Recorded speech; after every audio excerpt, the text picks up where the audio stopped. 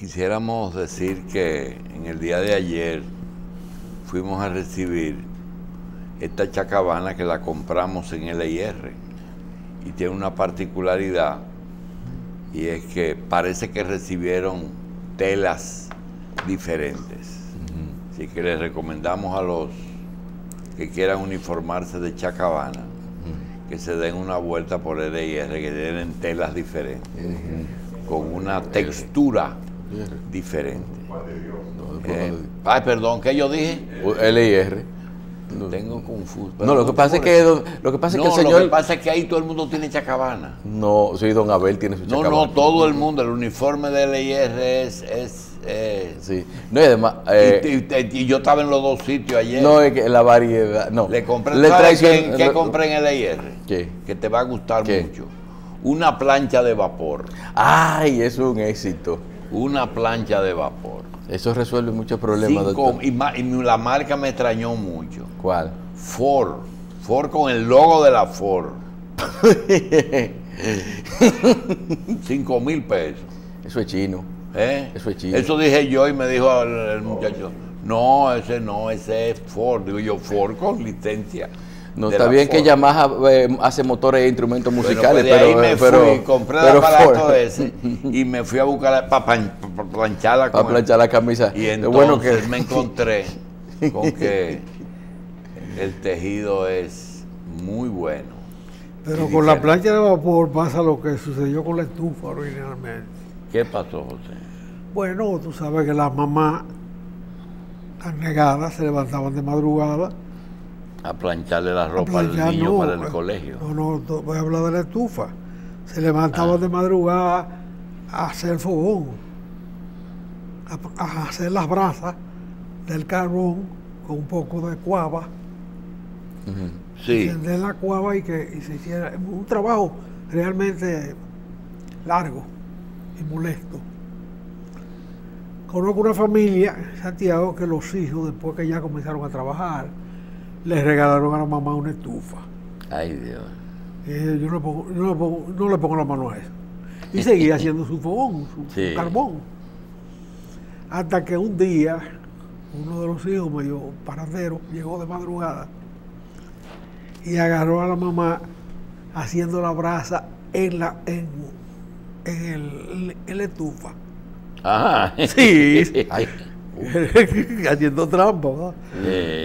Imagínate tú el relajo con esa mamá que la adoraban todos por esa trampita, pero fue como 3 meses o 4 meses que se negaba para que ella le pusiera la mano en ese aspecto a la estufa, en ese aspecto. Ella seguía haciendo la preparación. ¿Tú sabes cómo decían? O sea, de esa máquina, a juntar candela. A juntar candela, sí, a prender los brazos. De esa máquina de vapor.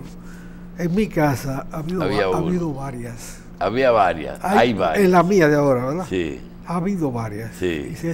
¿Y quién se niega? Todo el mundo. Nunca la usan. Nunca la usan.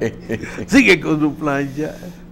Ya, claro, no plancha de carbón, sino plancha de eléctrica. A propósito se ha avanzado de brasa y de plancha. O sea, ¿tú recuerdas esas planchas que usaban los sastres?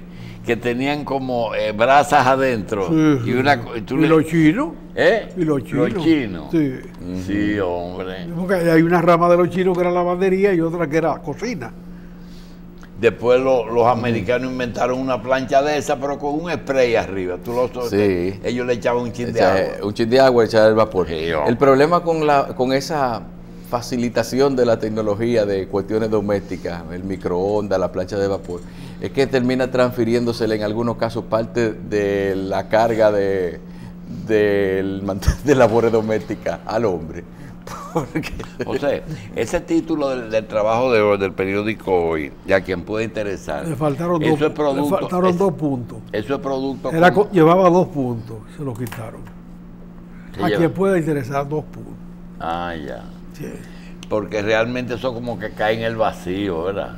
Precisamente por eso. Por eso. Por eso no lo dice. A quien puede, si te interesa. Si te interesa, ahí tienes mi idea. Sí. Bueno.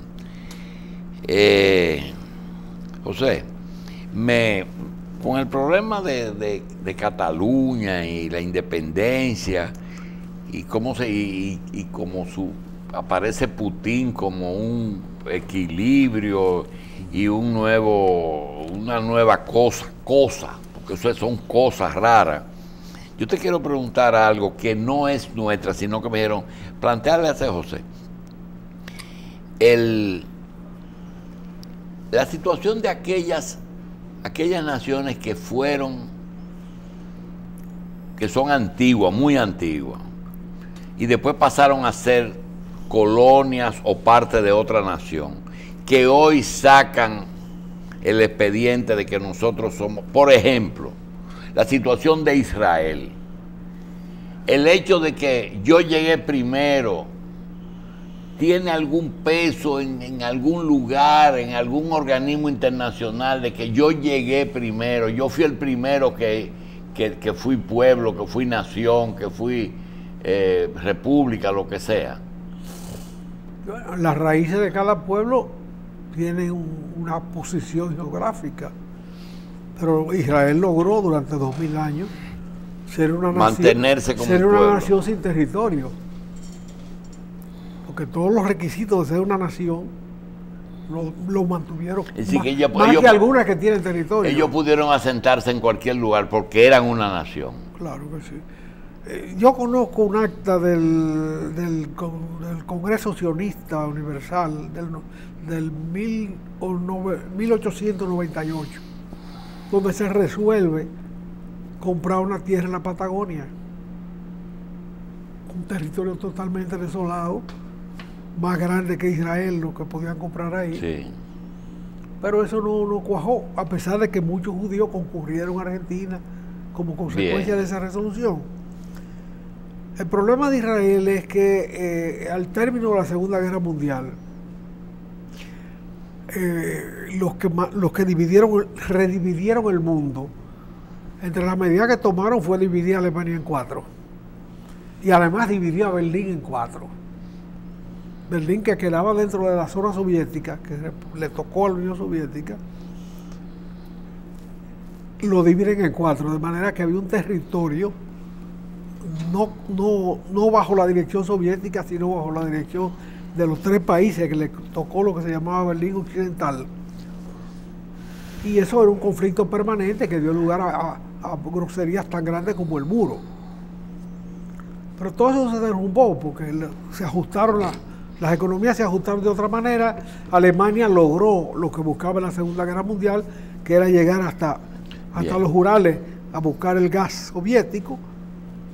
La Segunda Guerra Mundial para mí terminó el día que Khrushchev y Willy Brandt firmaron el acuerdo para el gasoducto desde Siberia hasta Berlín, hasta Alemania.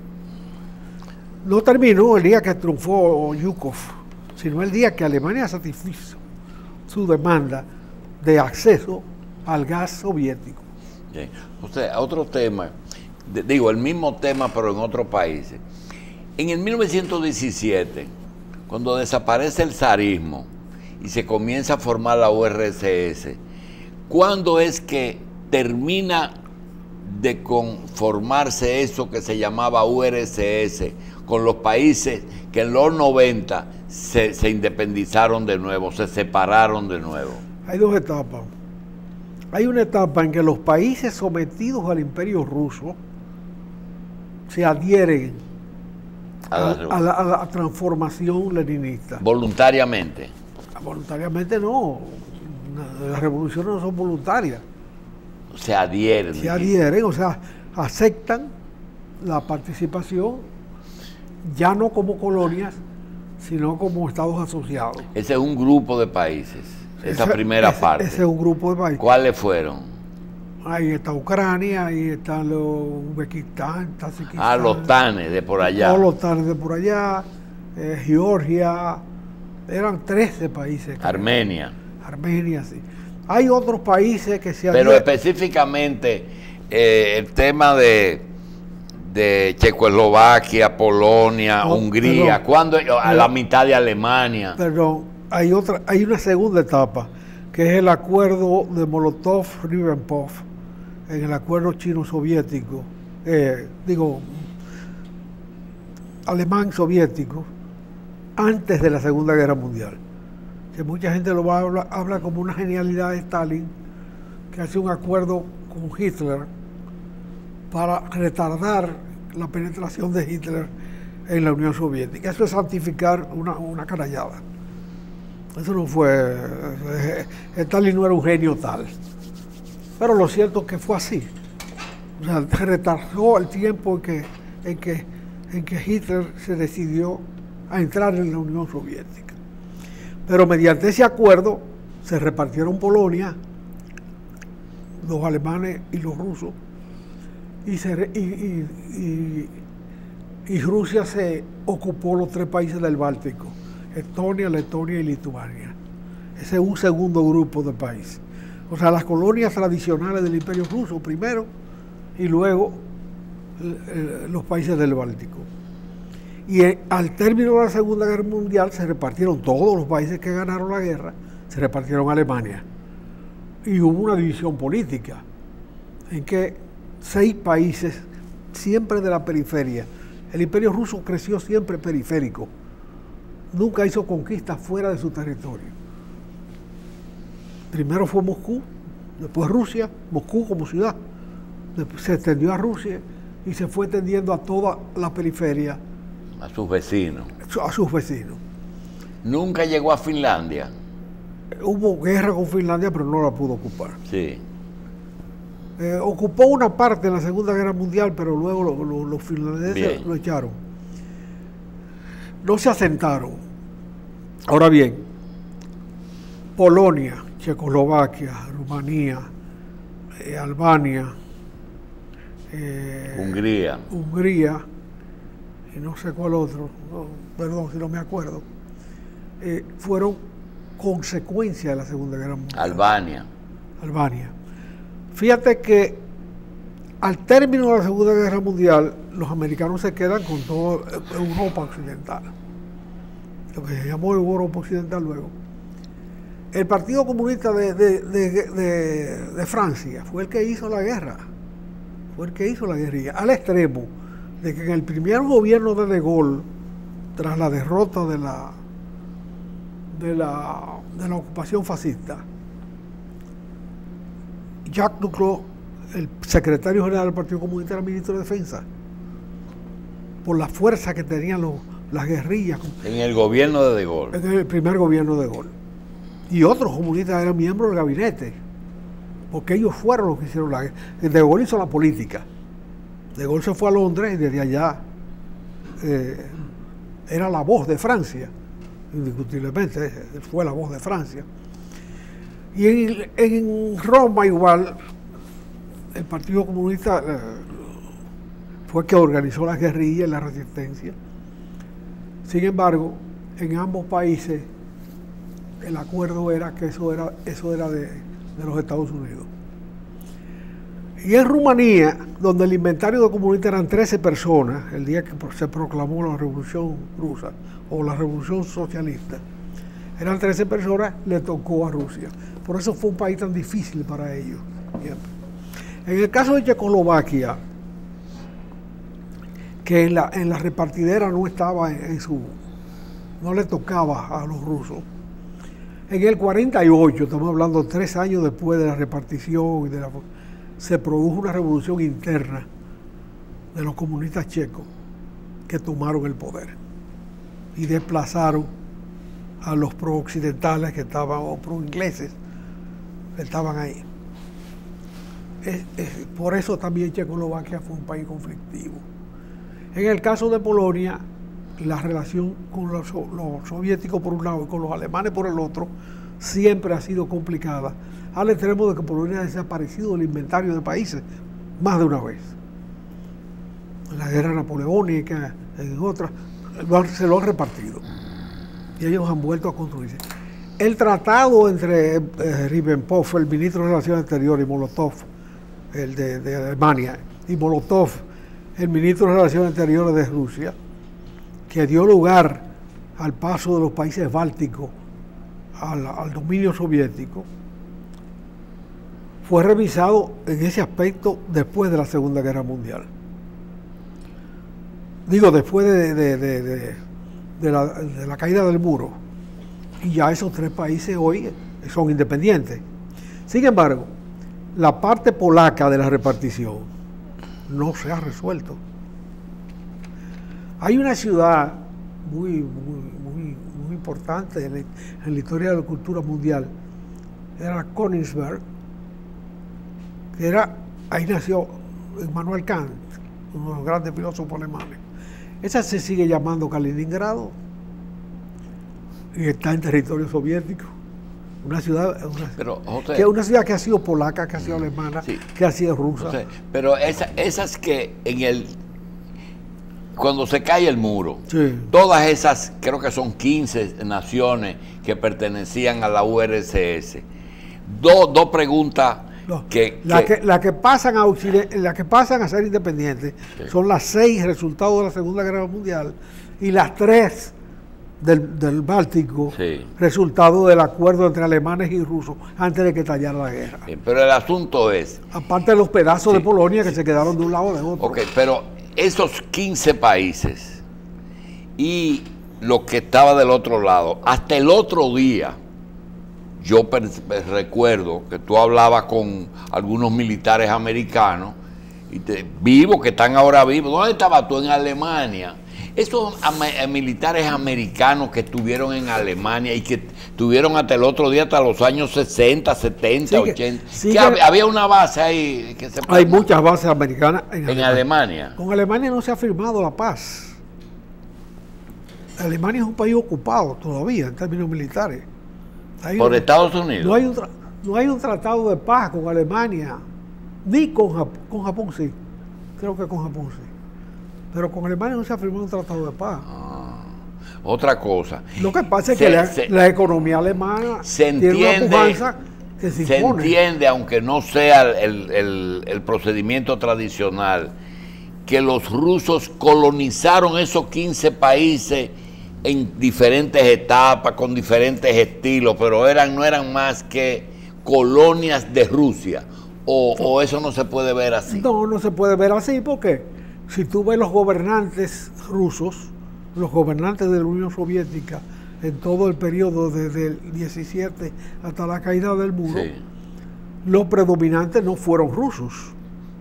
Bueno, mira. Bueno, ellos sí eran democráticos en eso. Por ejemplo, Stalin, ¿de dónde? Perdón, Stalin era de Georgia. Sí.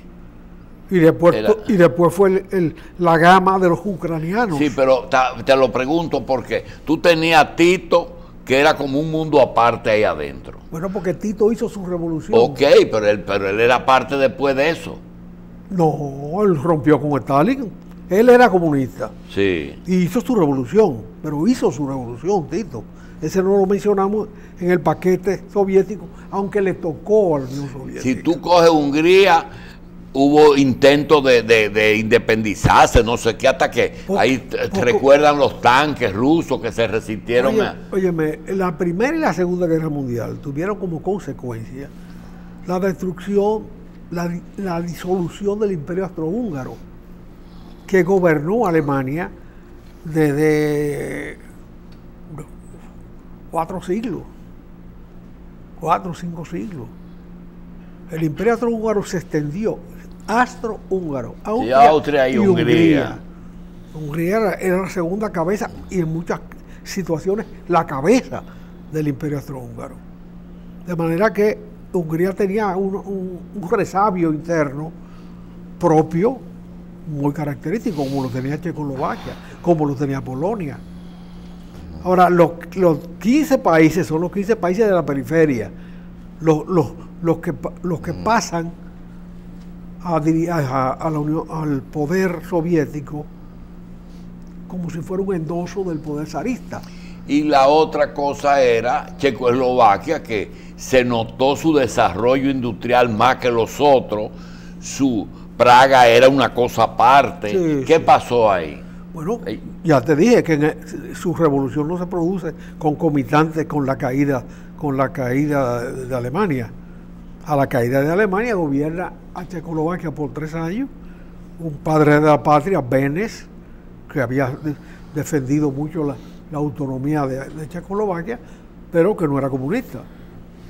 Y la fuerza social dominante la tenían los comunistas. ¿Y los polacos? Los polacos simplemente fueron juguetes de esta situación. Sí. Lo pasaron, pero los polacos tenían su sentimiento independentista. Pero siempre fueron sujetos de esas particiones. Ya te digo que Polonia no ha recuperado su territorio completo, ni Alemania. Es decir, que todos esos pueblos dentro de otras naciones no tienen las mismas características. No es lo mismo la URSS con todas sus 15 naciones. No es lo mismo Taiwán y China. No es lo mismo Israel y Palestina. No es lo mismo los kurdos dentro Vamos al problema de los judíos.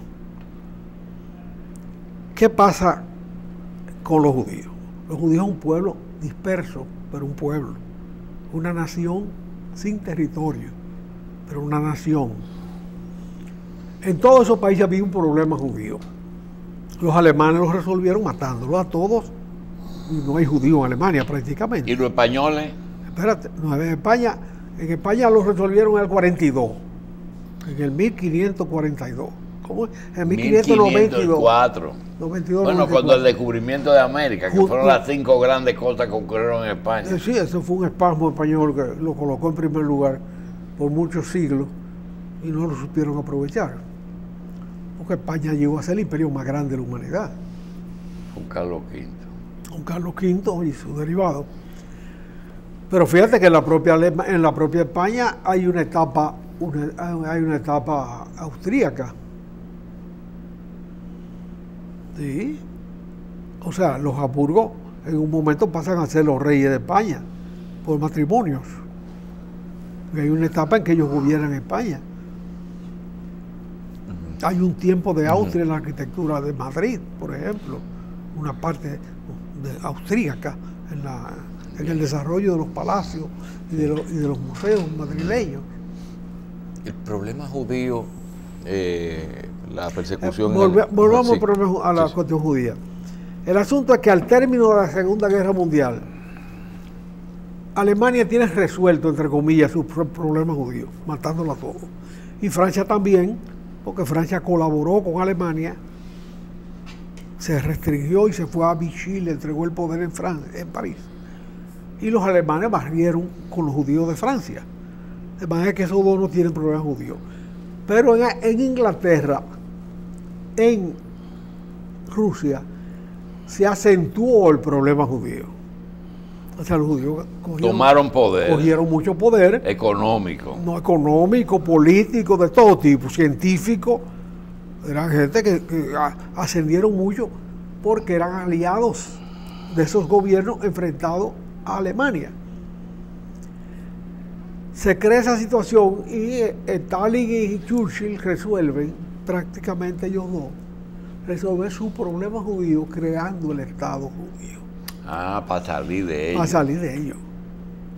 Y entonces, naturalmente, esa gente fluye a su territorio y construyen una nación ya con territorio propio en un botado que tenían los palestinos muy abandonado.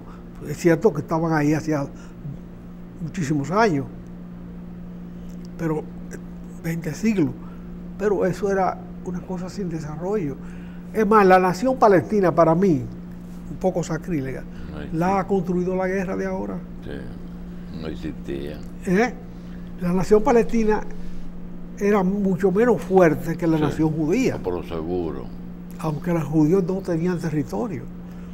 Y la unidad nacional palestina la ha hecho esta resistencia de ahora.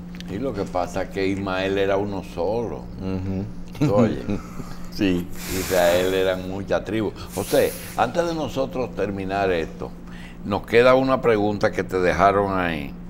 Y es, hoy aparece en la prensa, como de costumbre, que el gobernador del Banco Central anuncia tomar un dinerito del encaje y colocarlo en la economía. Mira, ese dinerito del encaje. Sí, pero la pregunta era otra. ¿Cuál es la magia que tiene un funcionario para poder hacer las cosas bien y mantenerse en el cargo, no importa que fuera Balaguer, el PLD y volver el PLD. El único que lo ignoró, se metió en un lío, no porque no tuvo un buen gobernador del Banco Central, sino porque ese presidente no le hacía caso a ese gobernador del Banco Central. Porque si lo hubiesen dejado a Malcún, quizá hubiera seguido demostrar que Valdés no es el único. Pero Malcún fue gobernador del banco hasta que terminó Hipólito. Sí, pero quiero decir que Malcún no tenía el poder que le dejaron los PLDistas y Balaguer a Valdés. Yo no sé si tú entiendes. No. Primero fue el hijo de Ibelice, como decía Hipólito. Fran Guerrero. Sí, Fran Pray Malcún. No, a Fran Guerrero es que le explota la crisis en la mano. Y entonces lo sustituyen por Malcún, que resolvió la crisis, o le dio inicio a una solución racional de la crisis. Ahora, cuando Leonel Fernández fue elegido, el solo anuncio de que él iba a nombrar... Empezó a bajar la prima, ¿te acuerdas? De que iba a nombrar a Héctor Valdés otra vez, paralizó la devaluación crónica que se había... Que ya estaba en 55. Exactamente. Bajó dentro del gobierno de Hipólito, nada más con el anuncio de la transición, bajó a 45, 44. Sí, porque esos son valores de creencia. Hay momentos que la moneda dominicana ha estado tan distinta a su realidad, que el día que Bernardo Vega se atrevió a tocar ese tema y a ponerle en su valor real, se conmovió el país. Porque fue un espasmo muy duro. La moneda, el valor de la moneda tiene un elemento relativo que la condiciona: la productividad del país. Nosotros no tenemos la productividad de los americanos en la inmensa mayoría de las cosas que hacemos, ni siquiera en la siembra de coco. Sí, pero estás hablando de de productividad. Perdóname. ¿Es el valor de la moneda, o debería ser el valor de la moneda, la diferencia entre las divisas duras que tú produces y las que tú gastas? Debería de ser ese. Tiene un elemento importante en ese sentido. Pero no es así, ¿verdad? Pero no necesariamente es así. Ahora, yo comparto plenamente los aciertos de Héctor Valdés por sus resultados. Hay dos héroes de la moneda dominicana, Diógenes Fernández y Héctor Valdés, que han gobernado el Banco Central durante todo un largo periodo. Pero si tú te pones a ver, lo he dicho varias veces, desde el 47, cuando se crea la moneda dominicana, hasta hoy, concomitantemente en el 47 casi todas las monedas latinoamericanas se ajustaron o nacieron, como la de aquí. Bueno, la única que ha tenido un comportamiento, vamos a decir, amable con la población es la de aquí. Estamos a 50-1 aproximadamente. Pero los chilenos, los argentinos, los brasileños, los venezolanos, los colombianos, los mexicanos, los argentinos. Te estoy mencionando 6 países que tienen más talento que nosotros, más gente formada que nosotros, más producción que nosotros, más diversidad de producción. Todos le han borrado 3-0 a la moneda, algunos varias veces. Hay algunos que han llegado a 1000 por 1. Sí, pero tú dices Diógenes Fernández, pero ¿cuál es el encanto de que tú y yo decimos Diógenes, pero la gran era de los inorgánicos fue la de Diógenes? ¿De Diógenes Fernández? ¿O los 12 años de Balaguer? No, por ahí no hubo un inorgánico. ¿No hubo inorgánico? Los inorgánicos nacen, y la palabra nace con Antonio Guzmán. Ah, ya. La palabra tiene el sello de Eduardo Fernández, su primer gobernador. Yo pensaba que era uno de los 12 años. No, y Eduardo rechazó los inorgánicos y le puso nombre. Pues esa palabra no estaba en la economía mundial. Eduardo que le pone el nombre, pero luego Salvador de Pradel, sí ¿cómo se llama? Carlos de Pradel, Carlos. Que sustituyó a Eduardo Fernández. A Eduardo. Ese fue el padre por mucho tiempo del inorgánico. Claro, él perdió el título porque Hipólito hizo el tollo más grande del mundo. De manera que esos dos gobernadores, que son los que han gobernado durante más tiempo el banco, largo tiempo los dos, creo que el decano de los gobernadores del mundo es Héctor Valdés. Nadie ha durado en el mundo lo que él ha durado al frente de un banco. Porque la devaluación es el último recurso que debe utilizarse. Es el último que debe utilizar. La devaluación es la reducción del salario de todo el mundo. Eso es todo. O sea, tú le das un tablazo al salario de todas las personas. Es una crueldad, la devaluación brutal, que es cuando se produce saltar de 4 a 16